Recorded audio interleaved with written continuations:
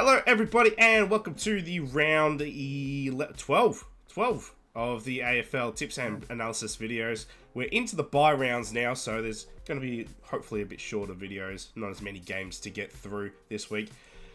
I am the Matt Danger, joined here by the wonderful Uncle. How are you, mate? Hello.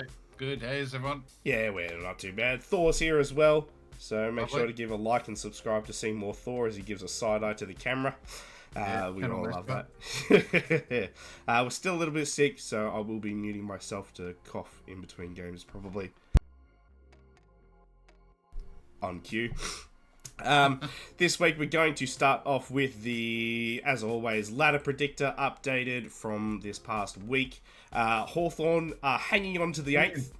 Hanging in there. I expected them to beat Brisbane, so there we go. We got some points shuffled around there. Sydney, I don't know about them. I think Melbourne could actually make a late surge too. I think they're looking quite dangerous as well. So, given over the next few weeks, we could see their form improve and they could make a push for that top 8 position. But as always, I think it's pretty set in what teams are in there. It just depends on the order. I think particularly the 5 to 8 range will change around a lot. That top 4, I think, will be pretty easily set in stone. I think Geelong have one of the easiest roads home from here, I saw today. So I expect them to be winning lots. So we'll come to those as we get to the games. Last week, however, we had basically duplicate of what we had the round before. I received 6 and you received 5 tips of the round. We both got Bulldogs wrong. I think I'm still okay with tipping Bulldogs. I don't think it was a silly decision. No. Both had Essendon tip right, thankfully. Gauntlet still in there. Carlton played oddly horrible to give us a tip wrong for GWS getting up over there. Hawthorn, pretty much copy-paste of what the Carlton and GWS game was. I thought it was going to be a lot closer. I thought Hawthorn were going to be better. They just weren't. But after that, we kind of dominated a bit. Both got Collingwood, both got Freo, both got Adelaide. I got Melbourne over Sydney, thankfully. You kind of risked it for the biscuit, didn't quite held off, but both got Gold Coast. So pretty good. Brings you up to 65 for the year, myself up to 63. So getting a little bit closer, heading into the bye rounds now. Less games, probably won't catch you much over the next 4 weeks or so. But let's get into it then. We have game 1, Thursday night at the Gabba, Brisbane versus Essendon.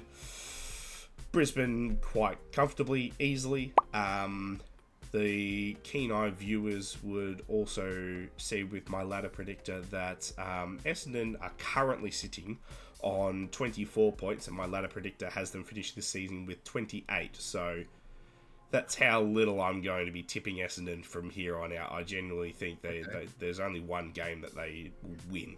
The rest of them are 50-50s or definite losses. So that's how it's going to go for Essendon.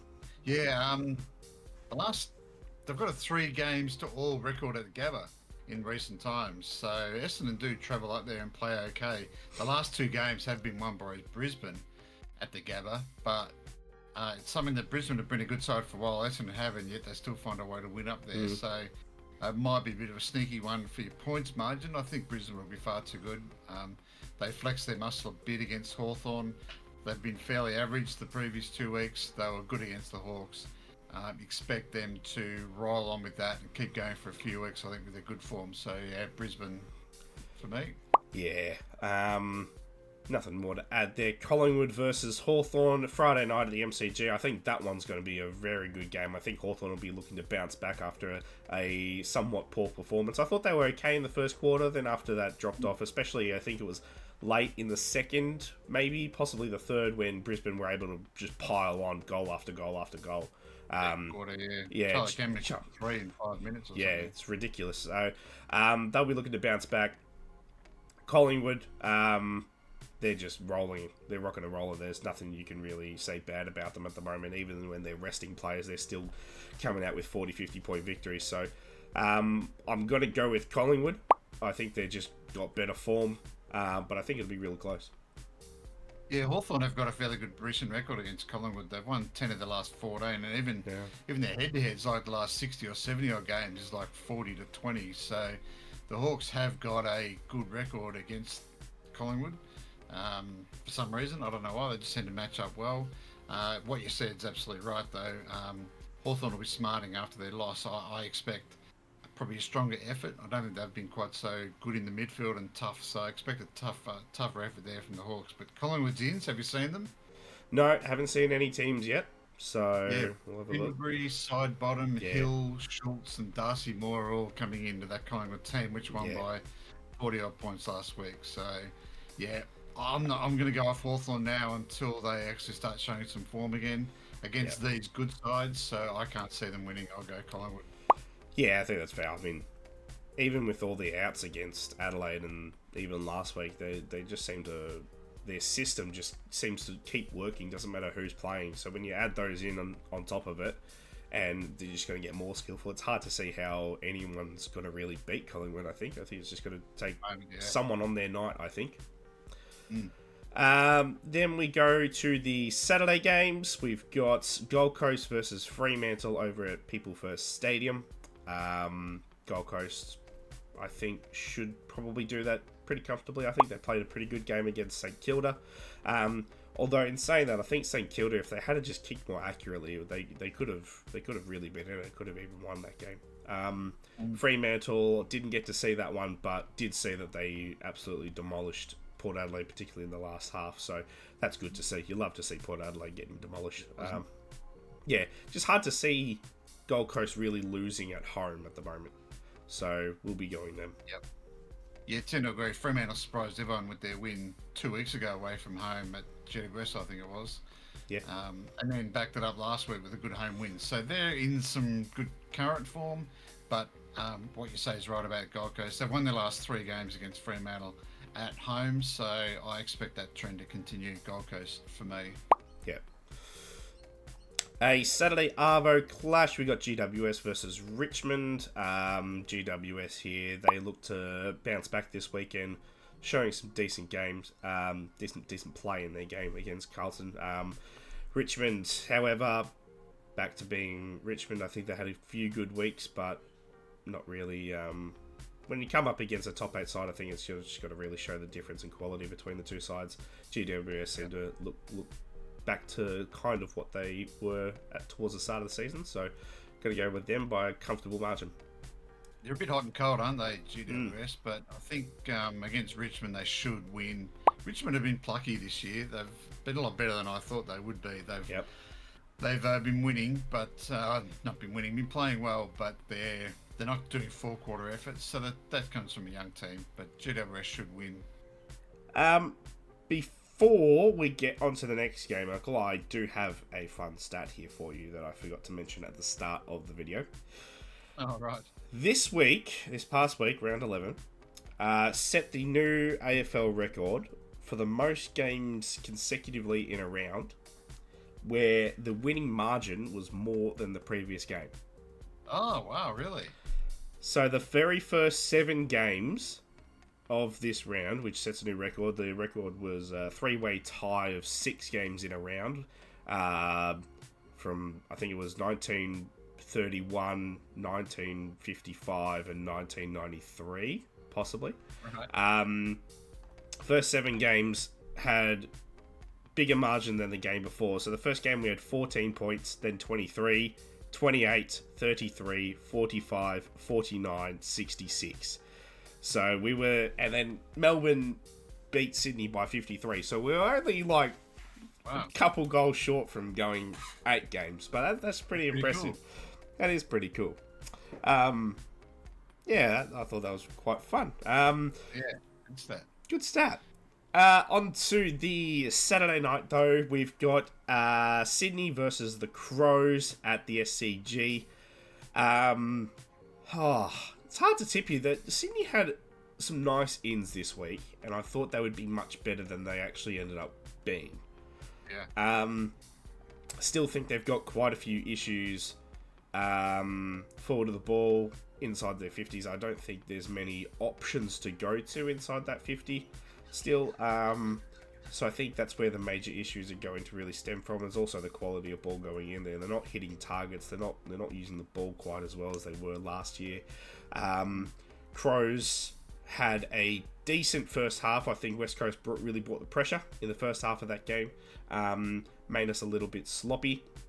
But after that, we kind of just started playing the game that we wanted to play, and that they really stepped it on in the second half. So I'm going to go with the Crows over at the SCG, but I don't know. Sydney have a way of possibly bouncing back here at home. Yeah, don't know. This is a 50% game for me. Toss of the coin. Sydney have won their last 6 head-to-head games, though, so Sydney do have a good recent record against Adelaide. That's both home and away. I just can't pick Sydney. I think Adelaide are the better team at the moment, and with Walker rested last week, Fogarty was horribly out of form, so you expect those two, especially Walker, to be fresh. Fogarty will bounce back.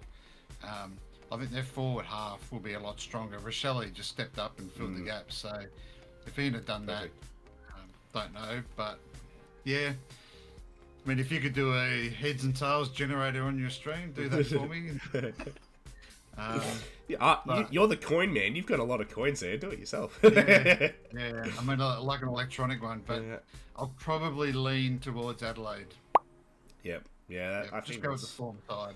I think that's like many of our tips over the last few weeks, where it's just it's 50-50. We'll just go with whoever's in the best form at the moment. I think it's a safer bet. Sunday we have Melbourne versus St Kilda at TIO. So is that up in Darwin? Is TIO up in Darwin? Mine says TTP, but if it's TIO, TIO Traeger Park. That's the TTP. Oh yeah, yeah. So I think that's up in Darwin. I don't know Melbourne's stats up in Darwin, so maybe you might be able to help me out there. You haven't? They do go up there a little bit, but I think so, once or twice I haven't got it to hand. No. But nonetheless, I think Melbourne have really hit their straps the last couple of weeks. Cozzy Pickett had probably one of the best games I've ever seen anyone play this past weekend.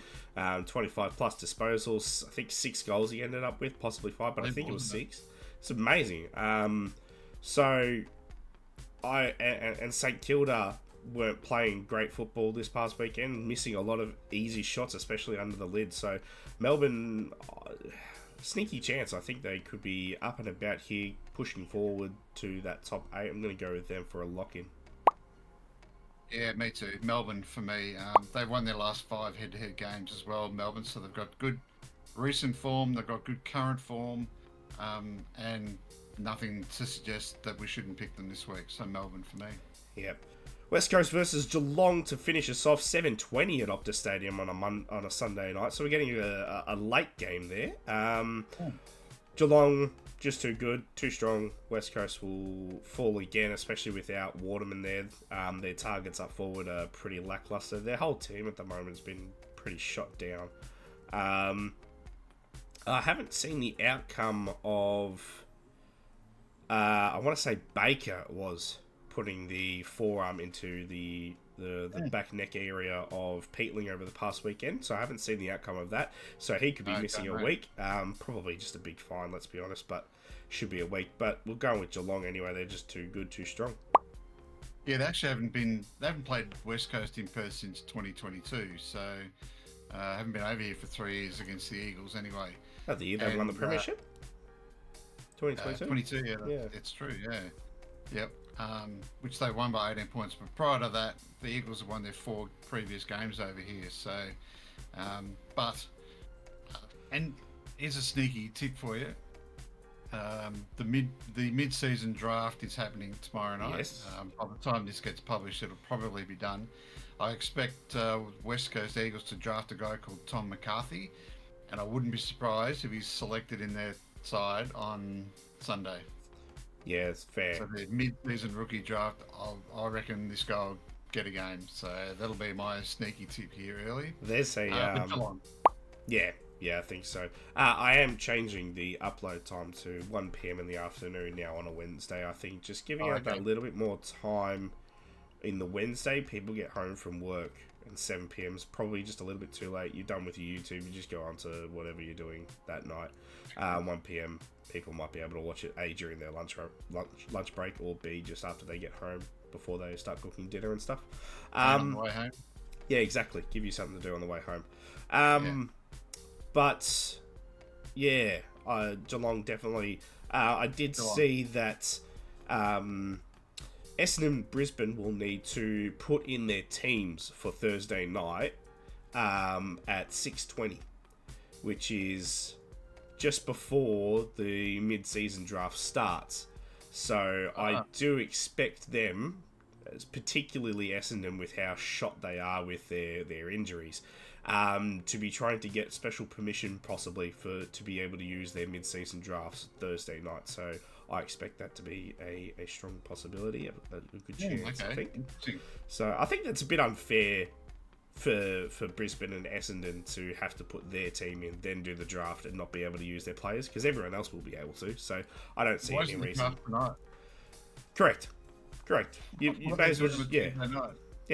No, correct. Tribunals, really. Tribunals, I think, are Tuesday nights. Yeah. But yeah, I think that'll be fine. My gauntlet for this week, I have them all set out for the rest of the year. I redid them today because there was a couple of 50-50s throughout the year that I wasn't too happy with. But we're going with the Giants over Richmond. Pretty much anyone that's versing Richmond, West Coast, or North Melbourne are getting the gauntlet pick for the remainder of the year, pretty much. So that'll be mine. Hopefully we're staying in. We're down to just under 14,000.